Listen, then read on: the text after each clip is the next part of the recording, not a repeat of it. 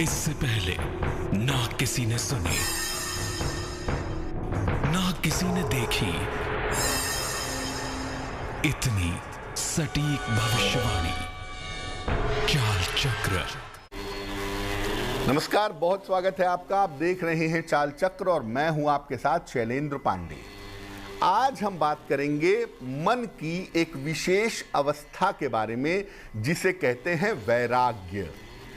सामान्यतः हम लोग समझते हैं कि जो घर द्वार छोड़ देता है, पढ़ाई लिखाई छोड़ देता है, दुनिया छोड़ करके कहीं जाके रहने लगता है, मंदिर में या किसी धर्म स्थान पे या नदी में, पर्वत में, वन में, वो उसको वैराग्य हो जाता है। क्या वाकई में वैराग्य की यही परिभाषा है? हमारे शास्त्र क्या कहते हैं, हमारा धर्म क्या कहता है वैराग्य के बारे में? आज इस विषय पर बात करेंगे। चाल चक्र में आज क्या खास है, चलिए बताते हैं आपको। चाल चक्र में आज बात करेंगे कि आखिर ये वैराग्य होता क्या है। बात करेंगे कि वैराग्य के मामले में ग्रहों की भूमिका क्या होती है और कब व्यक्ति वैराग्य की तरफ जाता है, कब व्यक्ति विरागी हो जाता है। तो दरअसल जो वैराग्य का पूरा चक्कर है, वैराग्य का पूरा मामला है, ये मन से जुड़ा हुआ है और मन की स्थिति से वैराग्य का क्या संबंध है, इस विषय पर चर्चा करेंगे। चलिए सबसे पहले एक नजर डाल लेते हैं आज के पंचांग पर। आज तिथि है वैशाख शुक्ल पक्ष की नवमी तिथि, सुबह के 11:10 तक। नक्षत्र है पूर्वा फाल्गुनी, दोपहर के 3:23 तक। इसके बाद उत्तरा फाल्गुनी। चंद्रमा सिंह राशि में संचरण कर रहे हैं रात के 9:07 तक। इसके बाद कन्या में चले जाएंगे। राहु काल का समय अभी कुछ समय में शुरू होगा। ये समय है सुबह के 10:30 से दोपहर के 12 बजे तक। और पश्चिम दिशा की तरफ यात्रा करने की मनाही है, लेकिन अगर यात्रा करना जरूरी है, मजबूरी है, तो जरा सी दही खाकर और भगवान का स्मरण करके यात्रा करेंगे तो मुश्किल से बचे रहेंगे। इसके पहले कि हम चर्चा की शुरुआत करें, आपको बताते हैं वो टेलीफोन नंबर जिस पर फोन करके आप कार्यक्रम में हमारे साथ जुड़ सकते हैं।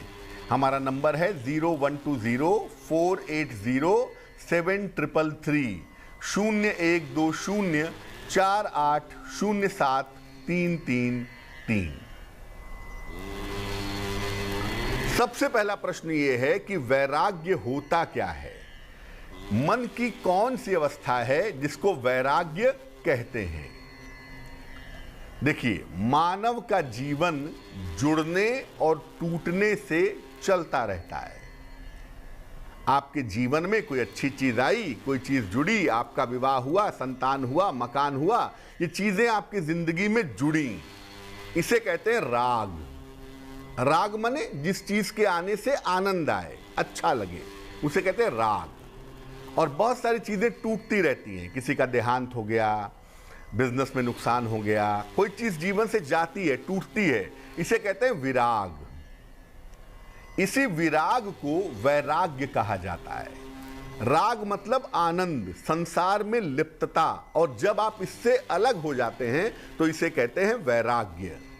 हर तरह के सांसारिक सुख से दूर जाने का जो भाव है वो वैराग्य है। देखिए, वैराग्य का मतलब आप ये मत समझिए कि उसके लिए जीवन छोड़ना पड़ता है, संसार को छोड़ना पड़ता है। संसार में रहकर भी आप वैराग्य पा सकते हैं, मुक्ति का लाभ आपको मिल सकता है। जीवन में रहकर भी जीवन में मुक्ति का लाभ हो सकता है। कैसे? रामकृष्ण परमहंस कहते थे कि एक आदमी अपने हाथ में सरसों का तेल लगा के पानी में हाथ डाले तो क्या होगा? हाथ तो पानी में रहेगा, लेकिन जैसे ही बाहर निकालेगा पानी उसके हाथ में नहीं चिपकेगा। इसी को कहते हैं वैराग्य। संसार में रहते हैं, सारे काम करते हैं, लेकिन संसार से जुड़ते नहीं हैं। इस भाव को वैराग्य कहा जाता है। बिना इस भाव के ईश्वर की उपलब्धि नहीं हो सकती। जो लोग ईश्वर की उपलब्धि करना चाहते हैं, हालांकि गिनती के लोग होंगे जो ईश्वर से कहते होंगे कि मुझे ईश्वर के लिए ईश्वर की उपलब्धि ही चाहिए, गिनती के लोग होंगे, लेकिन फिर भी अगर आप ईश्वर की उपलब्धि चाहते हैं, ईश्वर का अनुभव चाहते हैं, तो बिना वैराग्य के ईश्वर की उपलब्धि संभव नहीं है। भगवान कृष्ण भी गीता में कहते हैं अर्जुन से, अभ्यासेन तु कौन्तेय, यानी अभ्यास और वैराग्य दोनों रहने से व्यक्ति को ईश्वर की प्राप्ति हो पाती है। बहुत सारे लोग ऐसे होते हैं जो बचपन से ही समाज में तो रहते हैं, लेकिन समाज में लिप्त नहीं होते। हमारे तमाम महापुरुष, हमारे तमाम संत महात्मा इस श्रेणी में आते हैं। कौन से ग्रह होते हैं जिनकी वैराग्य में भूमिका होती है? देखिए, वैराग्य के लिए आमतौर पर निगेटिव ग्रहों की भूमिका होती है। बड़ी अद्भुत बात है ये। जो शुभ ग्रह हैं, जो अच्छे ग्रह हैं, वो आपको वैराग्य नहीं देंगे, वो आपको सांसारिक सुख देंगे, आपको पैसा देंगे, नाम देंगे, यश देंगे, कीर्ति देंगे, लेकिन वैराग्य नहीं देंगे। जो निगेटिव प्लेनेट हैं, जो जीवन में दुख पैदा करते हैं, आमतौर पे वो वैराग्य पैदा करते हैं। शनि, राहु और केतु की भूमिका इसमें सबसे ज्यादा अहम होती है। वैराग्य कब पैदा होता है? जब मन में बड़ा दुख आ जाए, मन में बड़ी पीड़ा आ जाए और आपको लगे कि दुनिया में कुछ भी सत्य नहीं है, आपका मन सच को जानने के लिए भागने लगे, आपके मन में इतनी तकलीफ पैदा हो, तब वैराग्य पैदा होता है। तो शनि, राहु और केतु जो होते हैं ना, वो मन में चिंताएं, तकलीफ पैदा करते हैं, तनाव पैदा करते हैं, और इस लेवल का पैदा करते हैं कि आपको जीवन के सत्य को जानने के लिए जाना पड़ता है। इसे वैराग्य कहते हैं। इसके अलावा खराब चंद्रमा भी वैराग्य पैदा करता है। चंद्रमा मन सो जायतः, मन का अधिपति है, और जब मन परेशान होगा तभी आप ईश्वर के बारे में सोचेंगे। जीवन में सब कुछ अच्छा है, बड़ा कंफर्टेबल है, बड़ा बढ़िया चल रहा है, और आप सोचिए कि आप ईश्वर की तरफ चलेंगे, संभव ही नहीं है। हो सकता है आप अगरबत्ती जला लें, धूप बत्ती जला लें, कोई किताब विताब पढ़ लें, लेकिन वो ईश्वर की उपलब्धि का रास्ता नहीं है।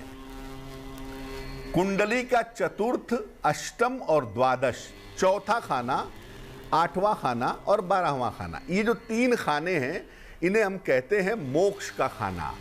और ये वो खाने हैं जो वैराग्य भाव को मजबूत कर देते हैं।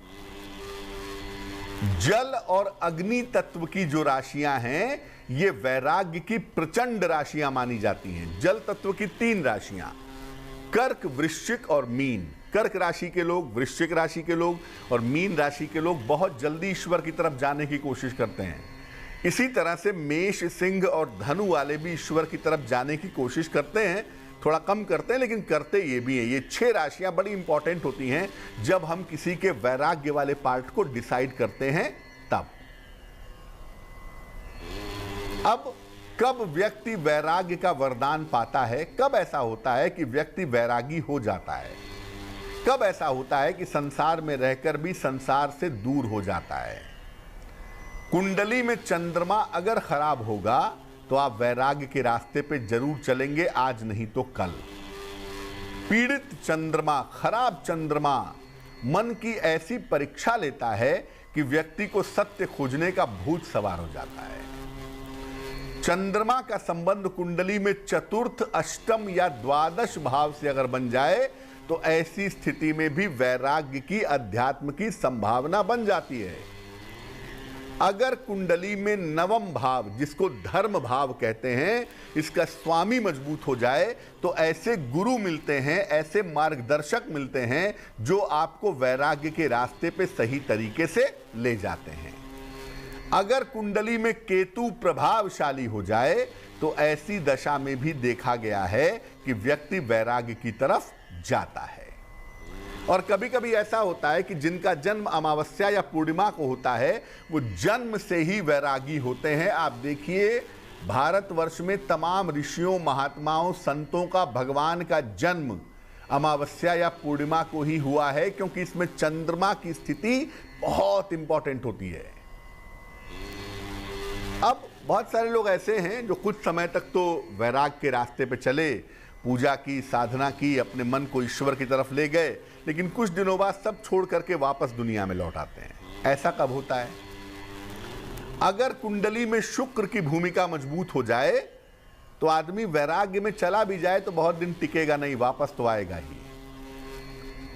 यानी आदमी कहता तो है कि मैं सन्यास में जाऊंगा, वैराग्य में जाऊंगा, ध्यान करूंगा, साधना करूंगा, कुछ दिन रहेगा, दोबारा से संसार में वापस आ जाएगा, अगर शुक्र लीड करेगा तो। कुंडली का जो तृतीय भाव है, सप्तम भाव है या एकादश भाव है, जिसको काम त्रिकोण कहते हैं, ये अगर मजबूत हो गया तो भी व्यक्ति वैराग्य में बहुत दिन तक नहीं रह पाता। चंद्रमा के द्विस्वभाव में होने पे, अगर चंद्रमा डुअल साइन में है तो आदमी दुविधा में रहता है कि दुविधा में दोनों गए, माया मिली न राम। पहले राम की तरफ गए, समझ में नहीं आया, फिर माया की तरफ चलने लगे। तो चंद्रमा जब द्विस्वभाव राशि में होता है तो आदमी कंफ्यूज होने की वजह से वैराग्य से वापस लौट आता है। कुंडली में वायु तत्व अगर मजबूत हो जाए तो ऐसी स्थिति में भी आदमी टिक करके साधना की तरफ, पूजा की तरफ, अध्यात्म वैराग्य की तरफ नहीं रहता, वो भी लौट आता है। अगर राहु का संबंध शुभ ग्रहों से है तो ऐसी स्थिति में भी आदमी वैराग्य के रास्ते से वापस लौट आता है। अब मन में वैराग्य पैदा कैसे करें? देखिए, आपको लग रहा होगा कि वैराग्य की जरूरत क्या है। जरूरत है, ईश्वर की उपलब्धि के बिना मानव का जीवन व्यर्थ है। अगर आप पूछते हैं कि मानव जीवन का उद्देश्य क्या है, तो मानव जीवन का एक ही उद्देश्य है, ईश्वर की उपलब्धि। बाकी सारी चीजें उसके सामने मजबूत नहीं हैं। तो अगर आप अपने जीवन में वैराग्य पैदा करना चाहते हैं तो क्या करेंगे? नियमित रूप से ईश्वर से प्रार्थना करिए,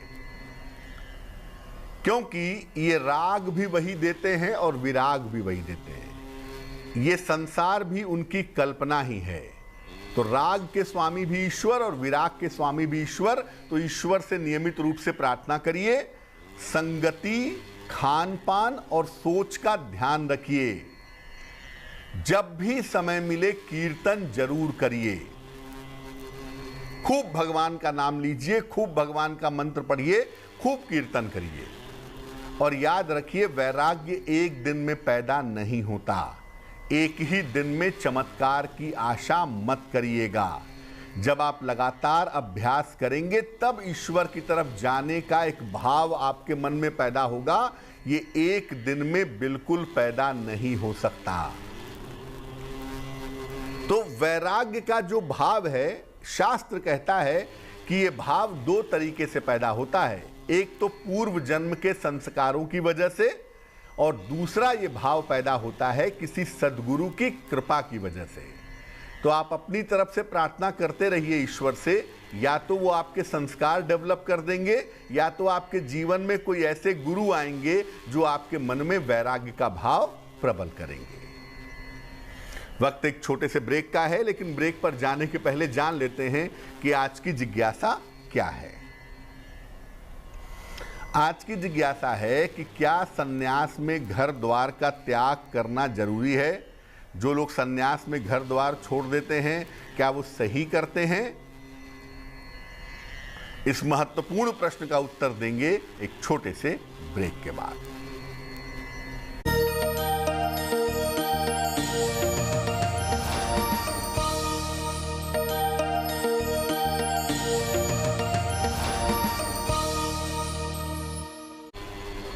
स्वागत है आपका ब्रेक के बाद। ब्रेक पर जाने के पहले हम आपको वैराग्य के बारे में बता रहे थे कि वैराग्य का मामला दरअसल धर्म के दृष्टिकोण में, शास्त्र के दृष्टिकोण में क्या होता है।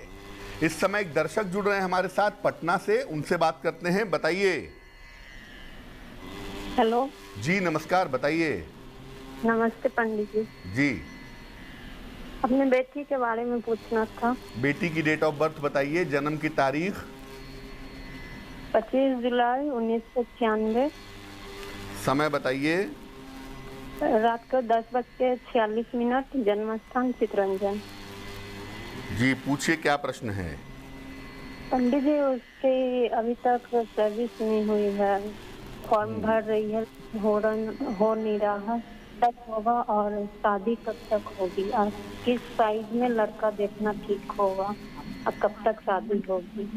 कुंडली इनकी बनती है मेष लग्न की और राशि इनकी बनती है वृश्चिक। कुंडली के हिसाब से सरकारी नौकरी पाने की, जैसे एसएससी की नौकरी है, बैंकिंग की नौकरी है या शिक्षा क्षेत्र की कोई नौकरी है, ऐसी कोई सरकारी नौकरी इनको प्राप्त होगी अप्रैल 2000।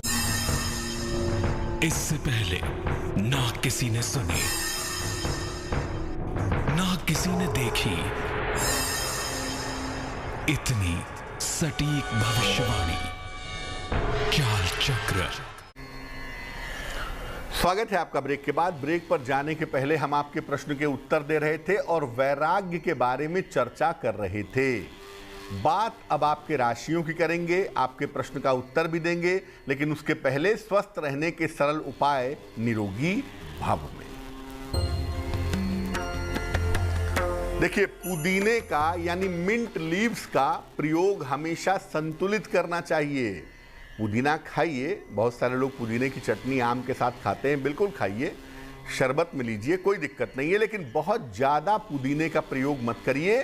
ज़्यादा पुदीने का प्रयोग करना मादक प्रभाव, सेडक्टिव इफेक्ट पैदा करता है, और अगर आप पुदीने का ज़्यादा प्रयोग करेंगे तो हल्का हल्का सा नशा फील होने लगेगा, इसलिए पुदीने का ज़्यादा प्रयोग नहीं करना चाहिए। चलिए राशियों के सिलसिले की शुरुआत करते हैं। सबसे पहले मेष राशि। मेष राशि, सेहत अच्छी बनी रहेगी, परिवार में व्यस्त रहेंगे, चिंताएं दूर होंगी। शुभ रंग हरा और भाग्य होगा 75%। वृषभ राशि, व्यर्थ का तनाव हो सकता है, नए काम की जल्दबाजी ना करें, शिव जी को जल अर्पित करें। शुभ रंग गुलाबी और भाग्य होगा 60%। मिथुन राशि, व्यर्थ की दौड़ भाग रहेगी, नौकरी में सुधार के योग बन रहे हैं, धन प्राप्ति के योग रहेंगे। शुभ रंग लाल और भाग्य होगा 70%। कर्क राशि, मानसिक चिंता समाप्त होगी, रुके हुए काम पूरे होंगे, किसी मित्र का सहयोग मिलेगा। शुभ रंग धानी और भाग्य होगा 80%। सिंह राशि, स्वास्थ्य में सुधार होगा, धन लाभ के योग बन रहे हैं, करियर में कुछ बदलाव होगा। शुभ रंग क्रीम और भाग्य होगा 90%। कन्या राशि, स्वास्थ्य का ध्यान बनाए रखें, यात्राओं से बचाव करें, रिश्तों के मामले में सावधानी रखें। शुभ रंग नारंगी और भाग्य होगा 60%। तुला राशि, धन की स्थिति में सुधार होगा, कारोबार में फायदा होगा, परिवार में मंगल कार्य होंगे। शुभ रंग पीला और भाग्य होगा 70%। वृश्चिक राशि, करियर में सुधार होगा, धन की स्थिति अच्छी रहेगी, यात्रा करने से बचाव करें। शुभ रंग आसमानी और भाग्य होगा 80%। धनु राशि, काफी व्यस्तता रहेगी, धन की स्थिति अच्छी रहेगी, परिवार का सहयोग बना रहेगा। शुभ रंग ग्रे और भाग्य होगा 75%। मकर राशि, करियर में कठिनाई आएगी, जीवन साथी से मतभेद हो सकता है, शिव जी को जल अर्पित करें। शुभ रंग बादामी और भाग्य होगा 60%। कुंभ राशि, करियर में सफलता मिलेगी, धन का लाभ होगा और स्वास्थ्य में सुधार भी रहेगा। शुभ रंग फिरोजी और भाग्य होगा 70%। मीन राशि, नए काम की शुरुआत ना करें, सेहत का ध्यान रखें, करियर की स्थिति में सुधार होगा। शुभ रंग सुनहरा और भाग्य होगा 65%। इस बीच एक दर्शक हमारे साथ जुड़ रहे हैं, विक्की कुमार हैं भोजपुर से, उनसे बात करते हैं। बताइए। नमस्कार पंडित जी। जी नमस्कार। बोले हैं कि जैसे डिफेंस लाइन में हम नौकरी के लिए अप्लाई कर रहे हैं, एयरफोर्स में भी, आर्मी के लिए इस बार हुआ नहीं अभी। जन्म तारीख पता है आपको अपनी? जन्म तो नहीं पता है, वो डेट कंफर्म नहीं है। 1 से 9 के बीच में कोई संख्या बोलिए। 6। कितनी उम्र है आपकी? 22 साल। जो इस समय की प्रश्न कुंडली बनती है, उस प्रश्न कुंडली के हिसाब से मैं आपको बता दूं कि आपकी कुंडली में आर्मी में नौकरी पाने की संभावना बहुत मजबूत नहीं है। सरकारी नौकरी में जाने की संभावना जरूर बनती है, सरकार द्वारा दी जाने वाली किसी सेवा में आप जा सकेंगे, ये संभावना बन रही है, लेकिन आर्मी में या फोर्स में जाने की संभावना इस कुंडली में दिखाई नहीं दे रही है।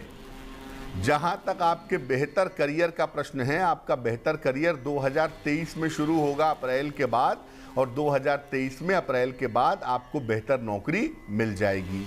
क्या करेंगे? रोज सवेरे सूर्य भगवान को जल चढ़ाइए और सुबह के समय 108 बार ओम आदित्याय नमः, ओम आदित्याय नमः इस मंत्र का जप करिए, आपको लाभ होगा। एक और दर्शक हमारे साथ जुड़ रही हैं, स्नेहलता जी हैं पटना से, उनसे बात करते हैं। बताइए। हाँ, प्रणाम पंडित जी। नमस्कार। अपने पति का कैरियर के बारे में पूछा, मेरा स्वास्थ्य भी ठीक नहीं रहता है पंडित जी। आपका स्वास्थ्य ठीक नहीं रहता है? हाँ, पति के कैरियर के बारे में पूछना चाह रहे हैं। पहले आप अपना डेट ऑफ बर्थ बताइए। 31 अक्टूबर 1984। समय? सुबह के 3:40। कहाँ पे जन्म हुआ है? नाम है पटना में। हाँ। क्या दिक्कत होती है आपको स्वास्थ्य में? कभी सीने में भारीपन रहता है, कभी लगता है कि ये ना हो जाए, कभी कोई बड़ा गंभीर समस्या तो नहीं ना पंडित जी? कुंडली जो आपकी हमारे पास बन रही है, ये कन्या लग्न की कुंडली है और आपकी राशि बन रही है मकर। महादशा आपकी बृहस्पति की और अंतरदशा भी बृहस्पति की चल रही है। देखिए, पहली बात यह है कि कोई भी गंभीर समस्या इस कुंडली में नहीं बनती है, लेकिन मानसिक रूप से कमजोरी बहुत है, मानसिक रूप से तनाव बहुत है, और इस तनाव की वजह से आपका स्वास्थ्य अच्छा नहीं रहता है। पेट की समस्या, आँखों की समस्या और हड्डियों की समस्या होने की प्रबल संभावना इस कुंडली में दिखाई दे रही है, और लगभग 2014 के बाद से आपका स्वास्थ्य अच्छा नहीं दिख रहा है। क्या करेंगी? एक पन्ना बनवा करके पहनिए, तकरीबन 6 से 8 रत्ती का पन्ना चांदी की अंगूठी में, दाहिने हाथ की सबसे छोटी उंगली में। बुधवार की शाम को पन्ना पहनने से आपको लाभ होगा, और रोज सुबह शाम 108 बार नमः शिवाय का जप करें तो आपके लिए बहुत बेहतर होगा। चलिए अब बात कर लेते हैं उनकी जिनका है आज जन्मदिन। जिन लोगों का जन्मदिन है उन्हें हम सबकी तरफ से जन्मदिन की हार्दिक शुभकामनाएं। आने वाले वर्ष में आपके धन की स्थिति तो बहुत अच्छी रहेगी, लेकिन थोड़ी सी दिक्कत, थोड़ा सा उतार चढ़ाव आपके करियर में रह सकता है। इस साल अविवाहितों का विवाह हो सकता है, और साल के अंत में संपत्ति का और वाहन का लाभ भी हो सकता है, लेकिन कुल मिला के इस साल में करियर में थोड़ा ध्यान बनाए रखने की जरूरत पड़ेगी। क्या करना चाहिए? पूरे साल भर भगवान शिव की उपासना करें तो आपके लिए बहुत शुभ होगा। चलिए अब जान लेते हैं आज की जिज्ञासा और उसका समाधान। आज की जिज्ञासा है कि क्या सन्यास में घर द्वार का त्याग करना जरूरी है? देखिए, सन्यास का अर्थ है मन को सत्य वस्तुओं में न्यस्त रखना। संन्यास मतलब मन को सत्य में न्यस्त रखना, सत्य में लगाए रखना। ये स्थिति परिवार में रहकर भी आ सकती है, यानी आप परिवार में रहकर भी सन्यासी हो सकते हैं, परिवार में रह के भी मन को सत्य में लगा सकते हैं। इसके लिए घर द्वार छोड़ने की जरूरत नहीं है, और निरंतर अभ्यास करने से और वैराग्य का भाव लाने से व्यक्ति को कहीं भी सन्यास की स्थिति मिल सकती है। चलिए अब जान लेते हैं शुभ पहर का महत्वपूर्ण समय क्या है। आज का शुभ पहर है शाम को 7:30 से रात के 9 बजे तक। इस समय में मां लक्ष्मी के सामने घी का एक मुखी दीपक जलाएं। ऐसा करने से आपकी धन संबंधी समस्याएं दूर होंगी, लेकिन करेंगे शुभ पहर में ही, और वो समय होगा शाम को 7:30 से रात के 9 बजे के बीच में। तो आज के लिए चाल चक्र में बस इतना ही। स्वस्थ रहिए, प्रसन्न रहिए, अपना बहुत ध्यान रखिए।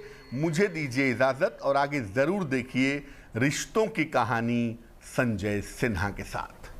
नमस्कार।